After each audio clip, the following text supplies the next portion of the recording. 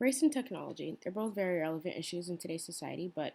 rarely are they conjoined into one topic. My goal in this essay was to explore the relationship between cultural prejudice and the media, and then in order to do this, I focused on the way in which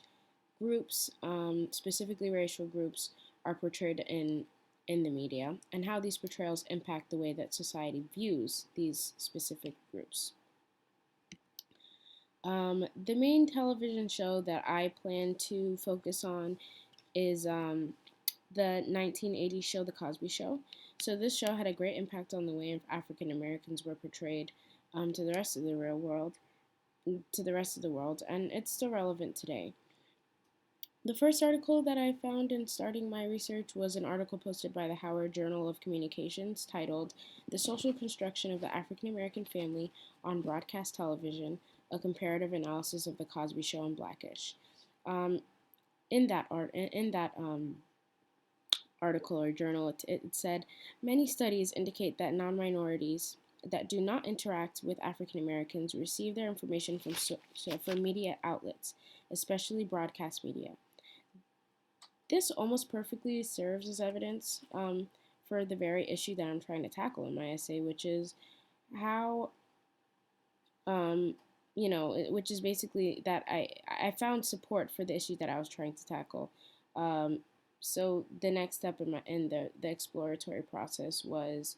um, to kind of relate it back to the specific piece of media or television show that I'm planning to focus on, which is the Cosby Show. So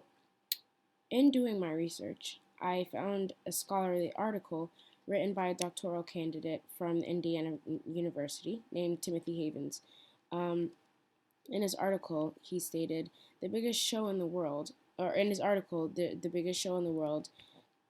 race and global popularity of The Cosby Show. He stated, The Cosby Show changed the face of American television and is set a new standard for representing African American families in non stereotyped roles. Although oftentimes African American families are depicted in a way that makes people think of them as, broken or separated or violent or other things of that nature, The Cosby Show shed a different sort of light or perspective for what African American families look like. This article, as a whole, basically strengthened my essay um,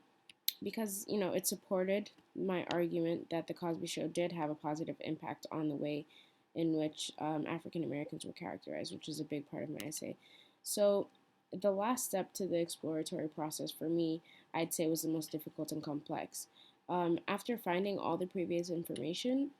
investigating and evaluating how the way in which blacks are treated in the real world is due in part to the effects of certain media, um, I had to I kind of had to relate the two. So I had to see how um, you know the TV show relates to the way in which they're being treated in real life. The answer to my question was less direct from what I was expecting, but it was something. A book titled Discourse and Discrimination, edited by Smitherman and Van Dyke, described that